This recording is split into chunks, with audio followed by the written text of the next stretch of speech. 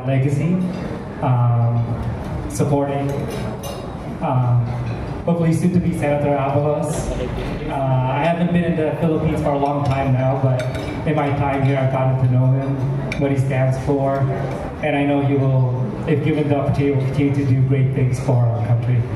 Thank you. That explains the accent. Oh, he's a lawyer in the Bay Area for the longest time. Okay, at this point, sila ang natutuloy. As we all know, kung matagal na kasi industriya, alam nyo kung gaano kabuti ang puso ng the great Lily Monteverde. Openly and publicly, pinapakita niya ang suporta niya sa mga deserving candidates at lahat na naalo. And ipuulitin natin ito kay Senator Benner these elections. But today, ang nagtuloy ng legacy ni Mother Lily, I'd like to welcome Ms. Rosel Monteverde. Ms. Rosel, please.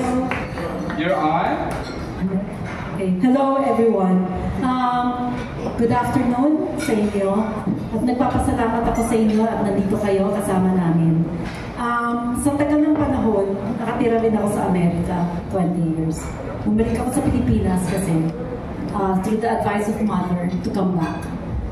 My mother has been really a very good, sobra siyang loyal sa kanyang bansa. You know, she poured out her heart to really, you know, help the movie industry.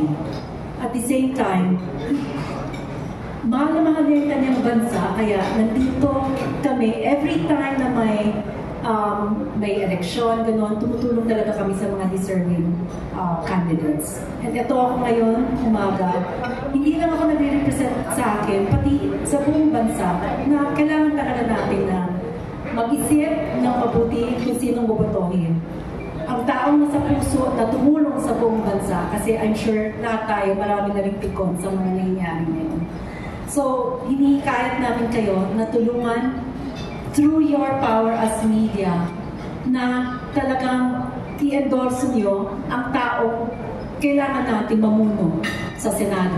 At ito si Benner Abalos. At matagal na po siyang naninilbi noon dati pa sa MMDA at sa DILG. At alam natin na kayang-kaya niyang gawin para sa buong bansa.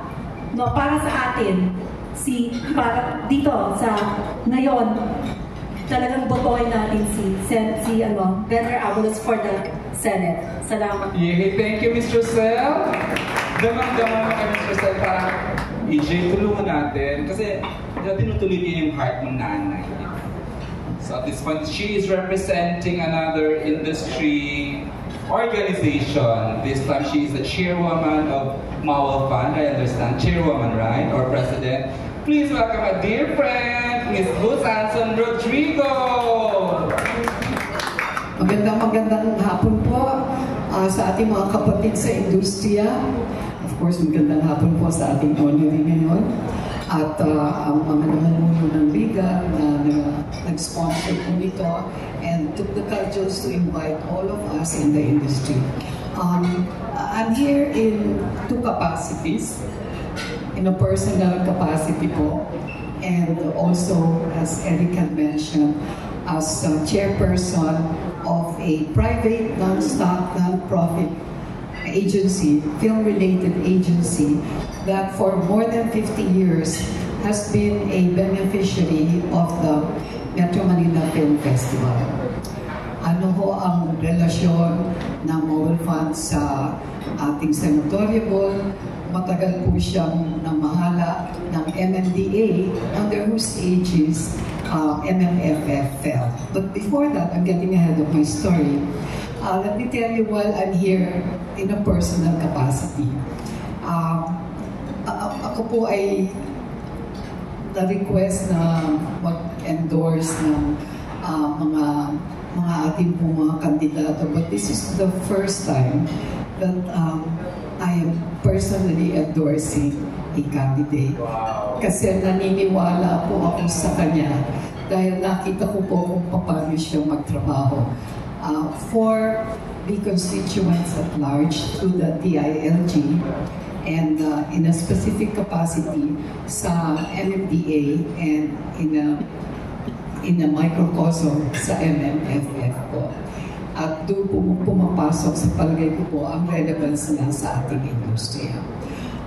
Hindi niyo po na itatanong in late 2024, I think it was December or November, nung hindi pa po pinagbabawalan ang mga TV stations na magtanghan ng mga kwento, ang mga adhikain tungkol po sa mga kandidato, ay meron po kaming ginawang autobiography, biography rather, on TV, na ang buod po ay ang kabataan at ang serbisyo ni Senator Abalos. Going through the script, going through the rehearsals, going through the studies conducted by the network and the research, doon po parang na-affirm yung pong aking paniwala sa kanya. Because that script was all about how he grew up and how he had served. At hindi nyo rin po natatanong, malaki din po ang paghanga ko sa kanyang mga magulang. Actually, ilang beses na po kami nag-anak sa kasal ni Ben Sr. at nasirang mother po niya. And sabi nga po nila, the apple doesn't fall far from the tree. Kung anong puno, siyang bunga. At napakaganda po ng track record ng kanyang magulang at ang pagpapalaki po sa kanya. When we did that television biography, doon po namin nakita ang inside story ni Mr. Abalos, ni Senator Abalos. And I was just so taken, so impressed with how, di pa naman yung kampanya nun how pumapasyal po siya sa set, nagbababad sa set, to make sure po na everything went well, and more admirably, to make sure na accurate po yung nilabas sa script. Walang sobra, walang kulang, walang exaggerations, and as a matter of fact. So that's the personal side of my being here. And as the chairman of an industry that has benefited from the MMTA and MMFF through the years, gusto kong magpasalamat sa lahat po ng mga beneficiaries, members, about 4,000 of them, na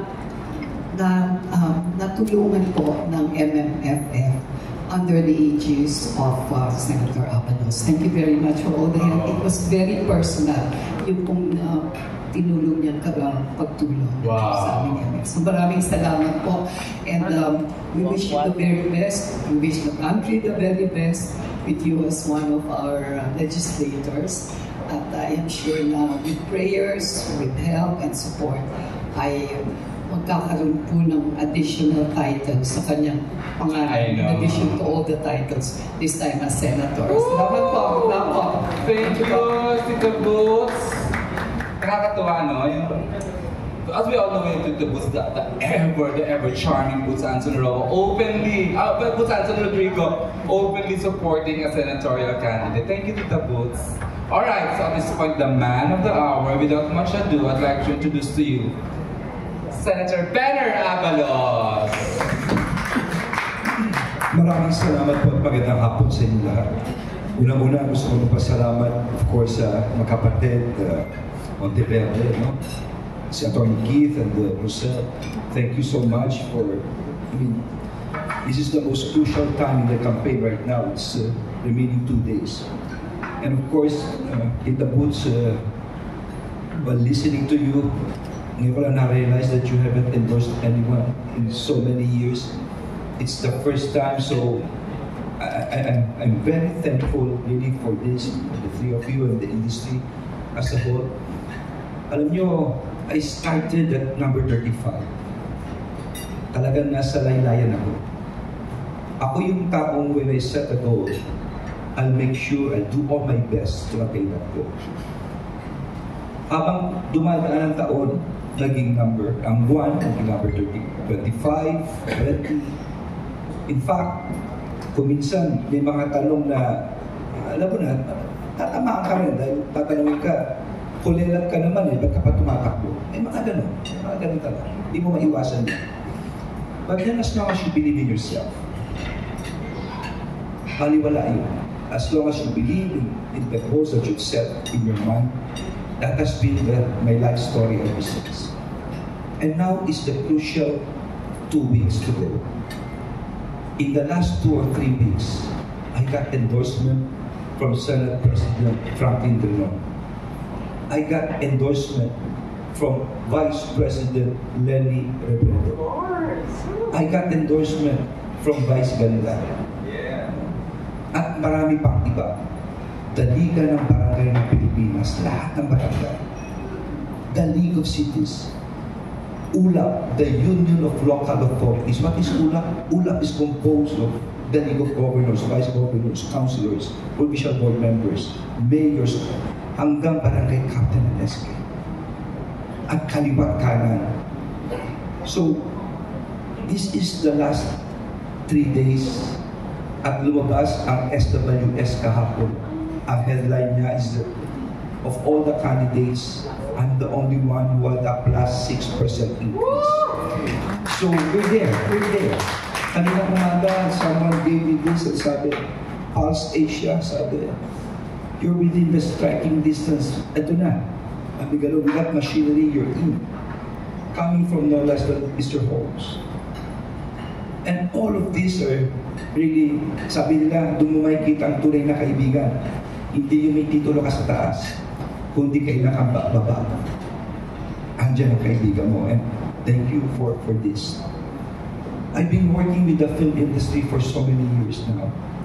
Kaya kami siguro naging close na dito during COVID, yung mga baku-baku na ng araw. And during the Film Fest, even the first one in the US, magkakasama po tayo.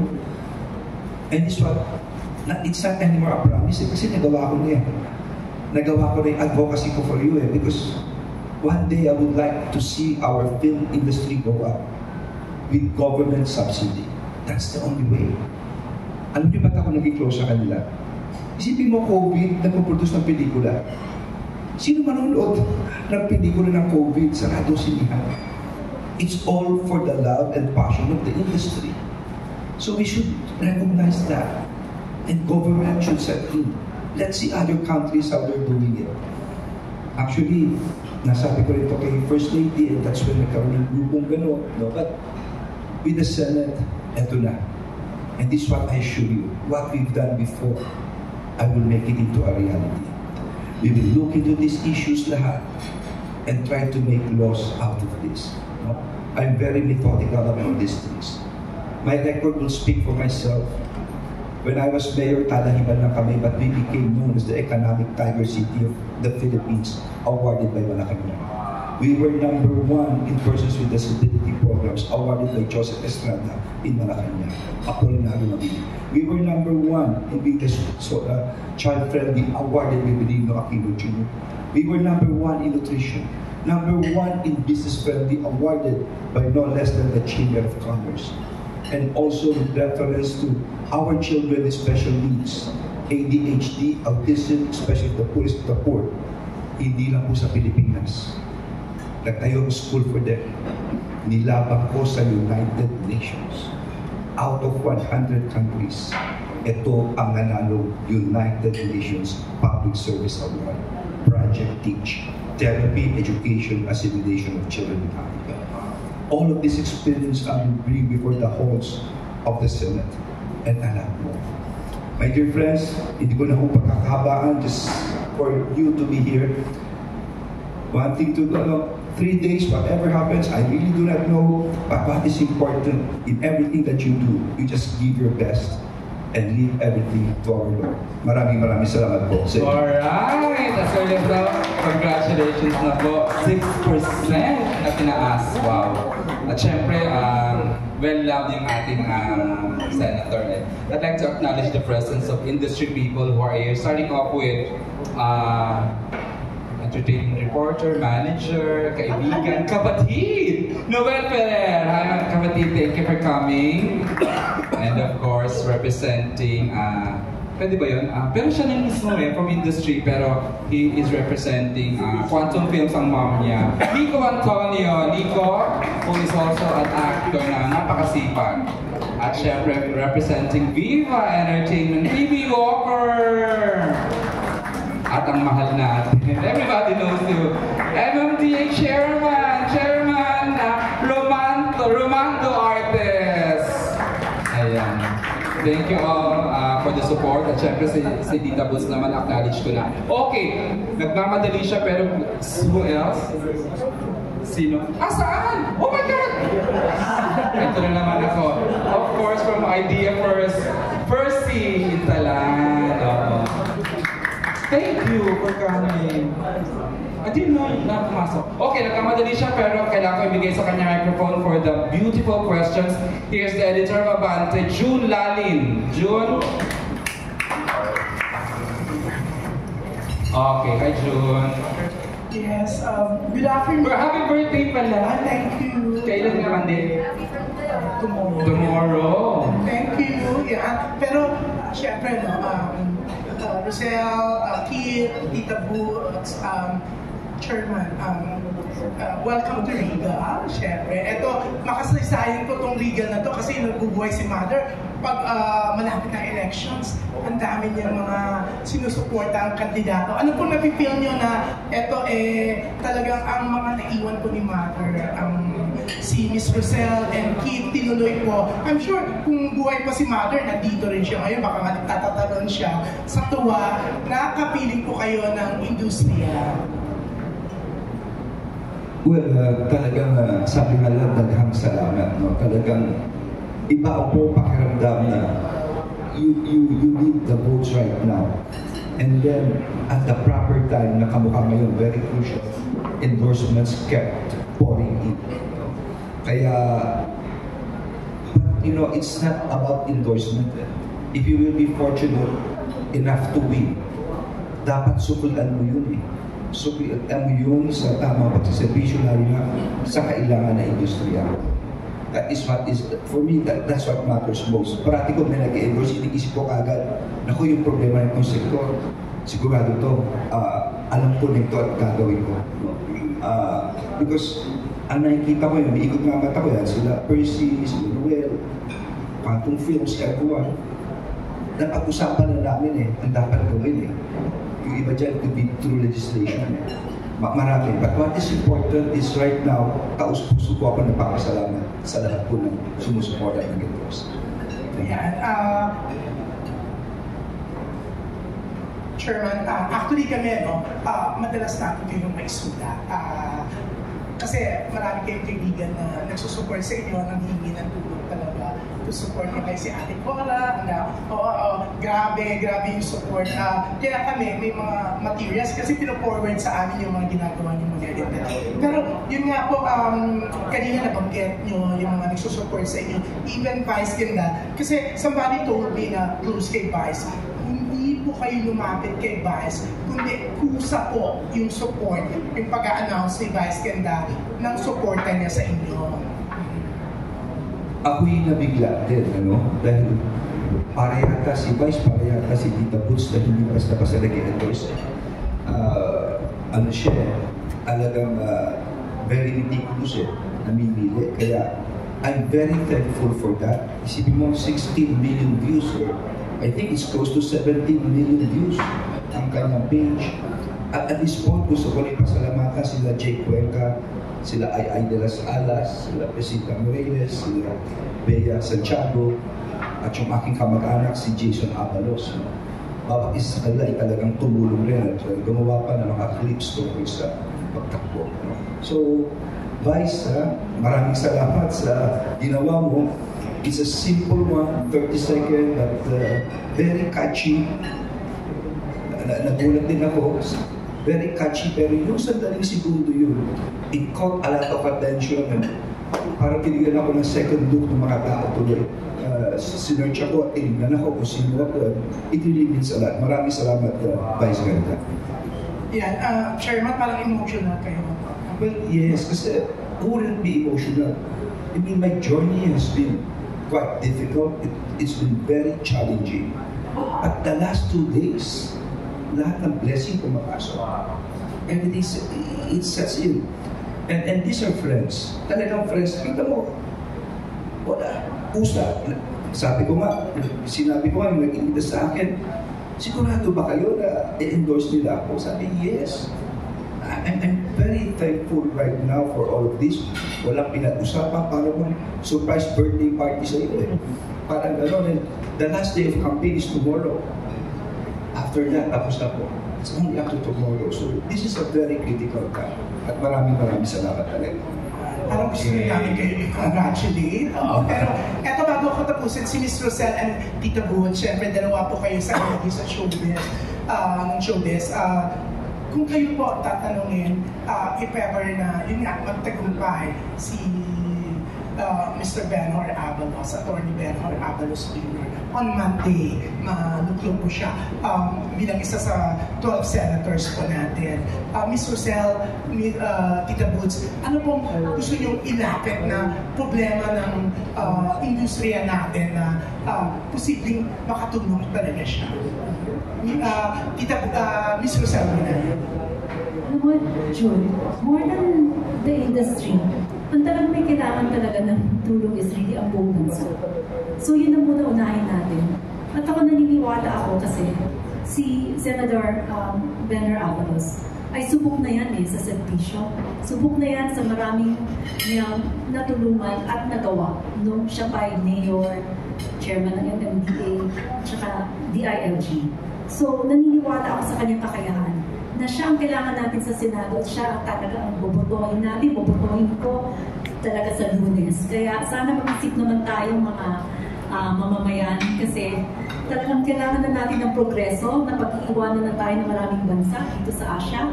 So talaga kailangan natin ng isang taong marunong tumupad at marunong sumerbisyo sa ating bansa.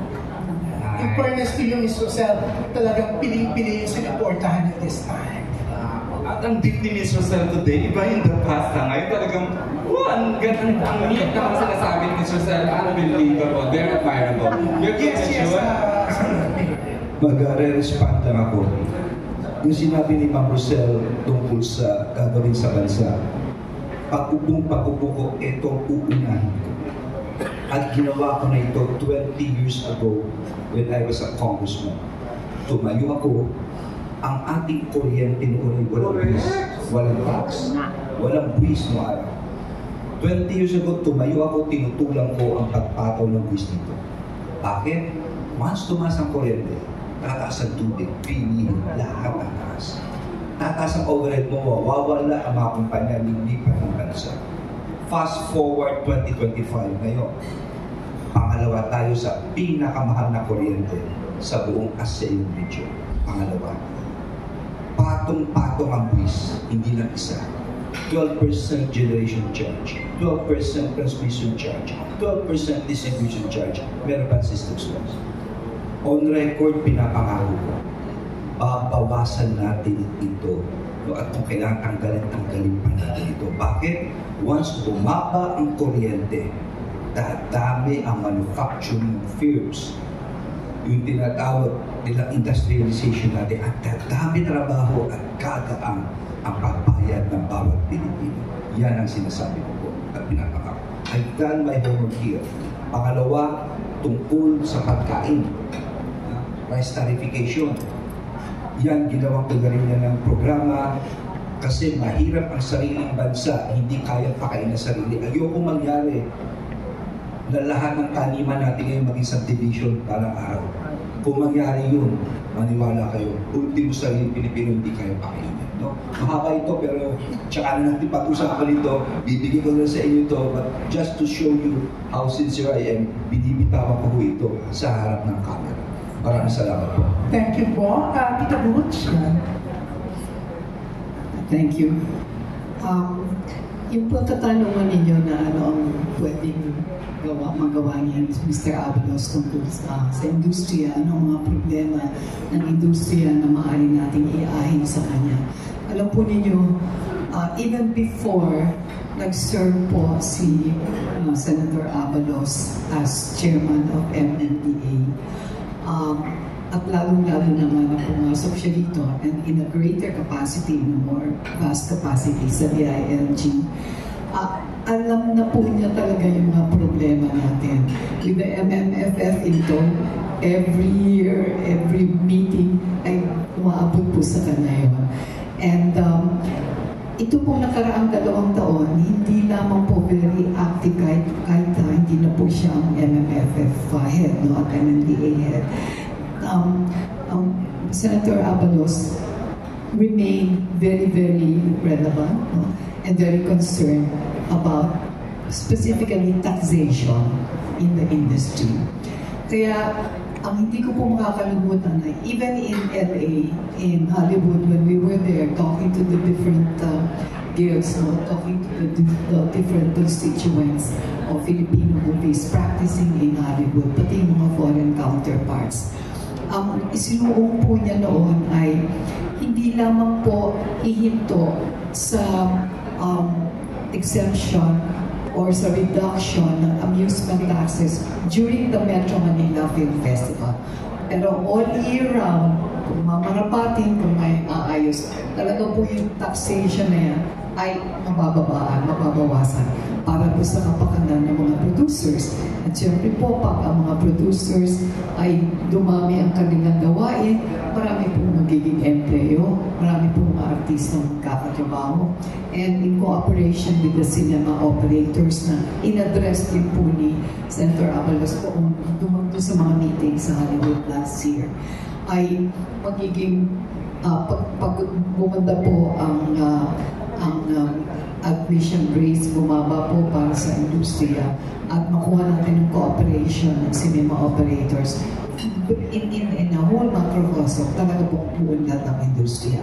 So, I think hindi na po natin sa kanya dapat ulitin na kasi alam na po niya, nangako na po siya, and again, he is giving us his word to help the industry in more ways than one. Yeah, it's so nice, Tika Boots, Mr. Selkit, no? Good luck po, Attorney Abalos. Good luck for Monday. Thank you, June. Nakakatuwa naman. Ito po, sana ikaw ka na sa campaign ni Senator Abalos. It was so good hearing you talk about the goodness of the Senator Abalos. And nakakatuwa lang talaga coming from you, the books. I am now more convinced. He will be part of my 12. I know, sa industry. Pero sabi mo nga hindi lang sa buong industry. Go ahead, Ms. Shell. Can you use your mic? Kasi tama naman si Senator Brenner. Kasi nung nakausap namin ng mga cinema operators, ang unang-unang nirereklamo talaga yung taas ng kuryente. Tayo talaga, totoo ang sinasabi ni Senator Abalos, ang kuryente natin pangalawa tayo sa pinakamataas. Totoo po yan. Nag-all time high ako this month. Nag-all time high ang Meralco bill ko this month. Alright, okay. Kakatuwa. So ano yun yung gusto ko. Ang dami niya. Have you watched yung video niya ng about pagkain, agriculture, kuryente, and what's the third advocacy mo na priority reforms mo, Senator? Ika-third? Madami po kasi it's called the Local Government Code. It is a set of rules that defines the role of the barangay, mayor, governor, and the national government. I'll give you one example. This was done 31 years ago. Sinasabi rito na gagawa ng barangay road ay si Kapitan. Wala na kung barangay na kayang gawa ng kanila. Pang-sweldo lang, lugi na po sila. So, we have to amend that. Number 2, ito importante. Ma-eskwelahan daw papagawa si mayor. Hindi po kaya ng lokal na pamahalaan. It should be the Department of Education. Talaga po, nakita niyo yan? Oo, nakita po. Ginawa ko na sa amin ko ito, inis-isa ko na po yung talaga Pangatlo, ito pinakamatindi. We've gone through COVID, and hospital service is very important for us, ang hospitalization. Nakalagay po rin sa probinsya, ang tertiary hospital, yung mga may intubation, specialized, ang mapapagawa raw, papatakbo, ang governor. Hindi lahat ng probinsya mayaman. May probinsya mahirap. So kung wala siyang ganang hospital, sino magsasuffer? Yung mga mamamayan. I-amin natin na, hindi na dapat gano'n. Dapat pumasok na ang Department of Health. So marami pong ganyan. Yan ang isa pang lilinawin ko. Okay. Thank you. Hindi ka pwede kasi mag-declare ng kalam na papangako, tapos later on, ang dami pala kailangan na factors or implementing agencies to be part of, kasi i-claim mo lang na kaya mo, di ba? Dahil para lang makapangako. Okay, I'd like to hear from one of the widely followed YouTuber natin, si Jojo Panaligan. Hi, Jo! You wanna ask question ba ating Senator Banner? Senator Ben, pinapakinggan ko po kayo ngayon. Nararamdaman ko yung sincerity niya tulong. Madami na din naman akong kami, no? Kinover na tatakbo. At madami kayong parehong sinasabi. Yung food security, itong electricity, iaahon ng antas ng buhay. Ano pa yung pagkakaiba ng inyo? It is my track record, Mr. Panalo. Kasi, I'll give you one example. And this is one of the most urgent. Lahat tayo, tinitingnan natin ang ating education system. Yung PISA, yung galing sa math, science, ng mga batang. Nasa laylayan tayo parati. At parati sinisisi education system. Year 1999, gano'n na pala katanda, gano'n na. 26 years ago, mayor po ako nun. Kulerap kami sa nutrition sa buong Metro Manila. 1 out of 3 children malnourished. Alam niyo kung ano effect ng malnourished yung bata? Utak, brain damage. At once brain damage ang bata, how can we comprehend? Maski bigyan mong the best teacher, the best nutrition, late na. First 1,000 days. 1 out of 3 Filipino children. Ngayon, 2025 is 1 out of 4. So, noong 1999, ginawa namin, buntis pa lang idalagaan na namin. At pagkapana, breastfeeding, binibigyan pa pagkain, tutok bawat bata. Hanggang sa number 1 kami sa Metro, hanggang kami ang number 1 sa nutrition sa buong Pilipinas. We coupled that with a good educational program. May laptop ang mga bata, eskwela rin at may baon pa ang senior high school. You know what? National achievement test natin. Kami ang number 1 sa Pilipinas ngayon. The most healthiest babies and the most intelligent students. So ang premise is this, you take care of the babies. Kasi mas galingan mo yung education system kung ano bang sabihin mo libre. Kung hindi mo na makomprehend yung utak ng bata, dahil nung baby siya, napabayaan siya, alibala. And that ratio is 1 out of 4 Filipino children right now. 1/4 of our children are stunted. That is the record. So we must address that. Ang point ko is that yung lahat ng pinag-uusapan, nagawa ko din. Pabahay. Lilistan ko yun. Binili namin 2,000 na katira. Hinahati namin ang hulog 200 pesos lang. 200. Ngayon, 2,000 pamilya, may bahay lupa na, may title. Dinagdagan pa namin ang mga mortgage program. Bibili namin estate. Ang susi dyan, interest. Kasi kung uwiran ka sa bangko, dumodoble interest. Nahirapan ng tao. Gawin mong haba mo 30 years, yung abot kaya, pero halos walang interest. Maniwala ka, kakayanin ng tao yan. That was the secret. That's why we got 7,700 families freed from the bondage of squatting. Yung sinabi ko lahat kanina na number 1 kami, and we could itong kuryente, ginawa ka rin ng araw. Pero natalo na kami sa botohan. Pero ito gagawin ko rin ngayon. Thank you. Salamat po, Gas. Okay, so go ahead, Jojo. Tingin ko po kasi kulang din po yung ibang mga tao sa tamang edukasyon or point of view kung paano pumili. Kumbaga, minsan binabase na lang nila, ito mukhang mabait ito, ito magaling ito magsalita, ito madaming supporters to. Halimbawa po, Senator, hindi kayo tumatakbo ngayon, tapos nakaharap sa inyo lahat ng kandidato, tapos nilalapit sa inyo, Sir, tulungan niyo po kami bumoto, ano po ba dapat ang tingnan namin? Thanks, Joe, for asking. I've been meaning to, naunahan mo lang ako. Wow. Go ahead, Sir Senator. Sa mga kababayan po natin, itong eleksyon na senador, ang senador po ay gumagawa ng batas. Gumagawa ng polisiya. Dapat alam niya ang lahat ng aspeto. Hindi lamang tungkol sa kalusugan, hindi lamang tungkol sa pelikula. Ekonomiya ay napaka-importante. Papataw ka ba ng buwis dito? Magtatanggal ka ba? Baka papogi ka ng puro benepisyo pero wala naman papupulo ng pera. Paano mo babalansahin niya? West Philippine Sea, foreign relations, importante yan. Lalo na kayo nagkakainitan.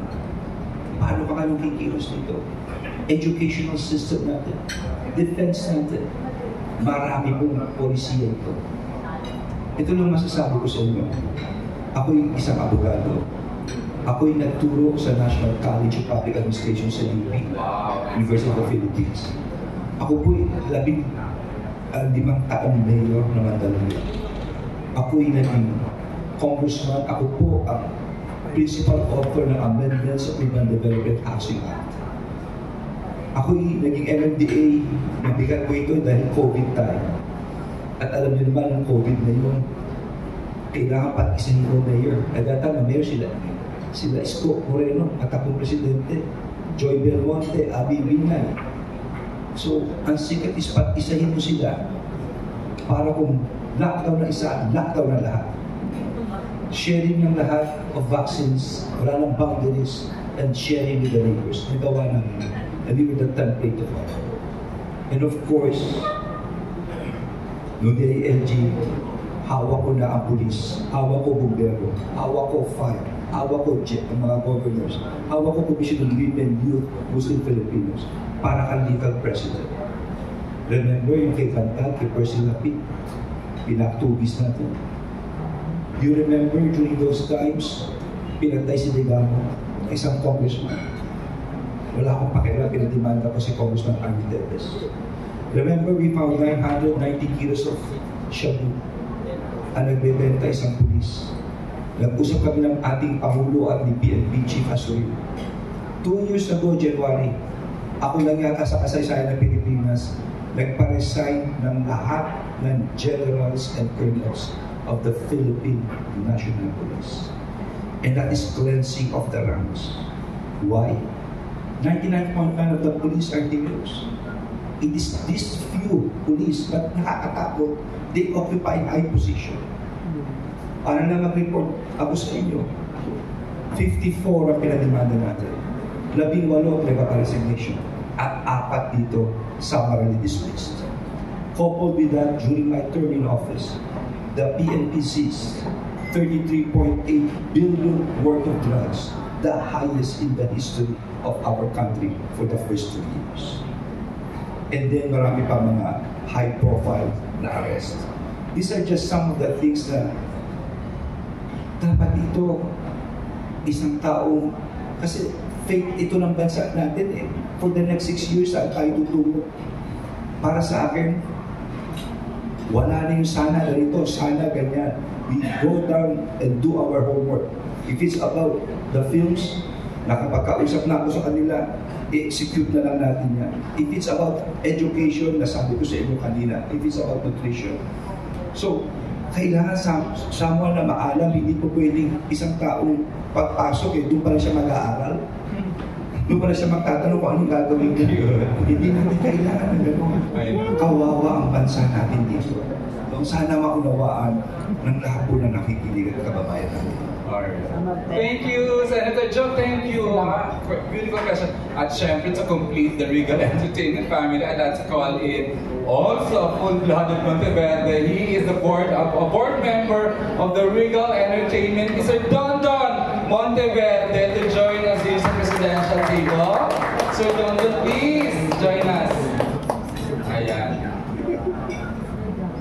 Nakita ko si Miss Rosel kanina. Talagang she was into all this. Nakakatuwa naman talaga na yung mga, all the more I am convinced he will be part of my, yun lang talaga iboboto ko siya rin lang. Sir Don, award from you please. Also a part of the Producers Guild kasi si Sir Don eh. Message lang po sa mga nandito kay Future Senator Abalos. Thank you sa pagtulong dito. Sana supportahan natin si Senator Abalos. Of course! Yeah, yun lang. I mean, siyempre, nakita naman natin mga nagawa na yan. Yung mga accomplishments niya. I think it speaks for itself. Thank you, sir. Ayan, ang ganda ng photo op. Okay, kanina I spoke to him. Sabi ko, he is also a producer. And sabi ko, can you speak in behalf of the Producers Guild? Sabi niya, pwede bang ako na lang as a producer and an industry person? Direct Percy has something to say. Direct Percy, please, a word or two from you. Okay.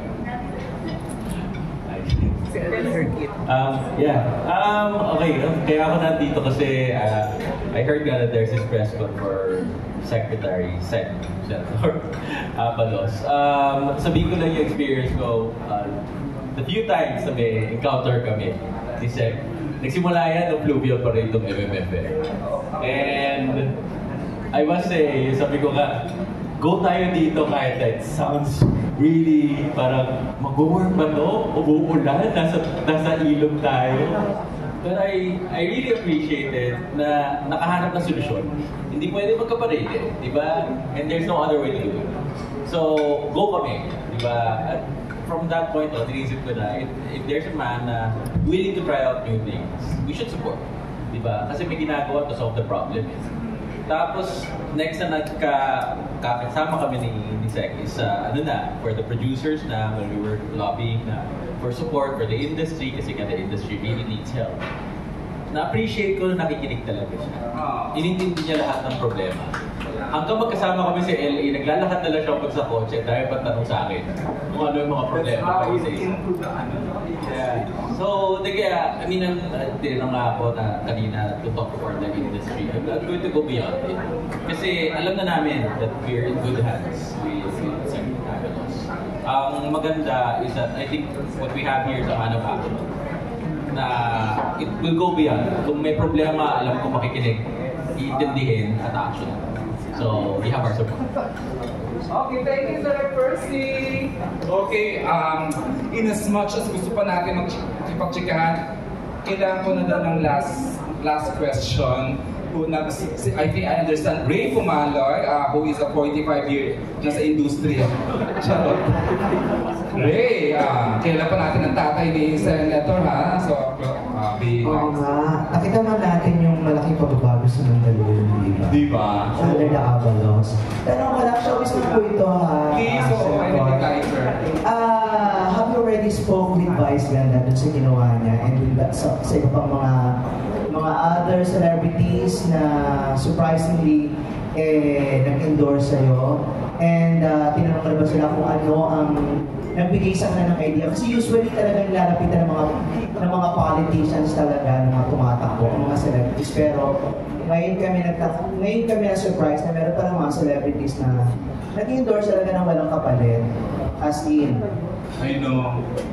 Actually, we have a common friend, si Cora Rodrigo. However, hindi ko alam yung number niya. So, I'm asking Cora na baka pwedeng hanapin yung number para personal mapasalamatan ko naman. Or probably maski madalian lang para personal thank you sa kanya. Yung mga ibang nakasama ko, sila Priscilla Minero, sila Ai. Si Ai nag-motorcade pa nga para sa akin. Natutuwa ako, napakabait niya. Si Jason Abalos, si Jake Cuenca is from Mandaluyong. So he is also helping me kasi yung mismong lupa nila is part of our housing project. So ini-endorse niya ako as part of that. Bea Santiago, nakapagpasalamat na ako sa kanila. Si Kim Rodriguez, salamat din ako sa kanya. Nakasama ko siya sa Biko. At marami pang ito. Kaya nakakatuwa yung number of persons. Yung housing project po ng kay Jake Cuenca, yung time ba na wala pa siya sa showbiz or? At tingin ko, bata pa siya nun dahil lola niya kausap ko nun eh. Ang ginawa ng lola niya, kasi may mga matagal ng informal settlers doon. So ang ginagawa ko as mayor, kung mag-ipon ako ng may pera, binibili ko ito. At yung mga nakatira doon, pinapatayuan ko, ito pera lang namin ng 4-story building. Ahatiin ko ngayon, tapos uhulugan nila to in 30 years nang halos walang interest. Yun ang housing project namin. So yung lupang yun, halos bigay na ng lola niya. napakabait na pamilya po sa amin. So binigay din po dun sa mga informal? Hindi. Kasi may cost yung pabahay, yung construction. Binigay nila at cost lang halos. Talagang halos napakamura din. So ina-add lang namin, nahati namin yun. Alam ko saan ito? This is the bridge going to Rockwell. So you could just imagine, magkano yung lupa mo ngayon. Pero kabait yung pamilya nila, Jay. Thank you for that news. Nakakatawa lang kung tamang stories. But we needed to ituloy na ganito. I'd like to request everyone sa presidential, please stand up for the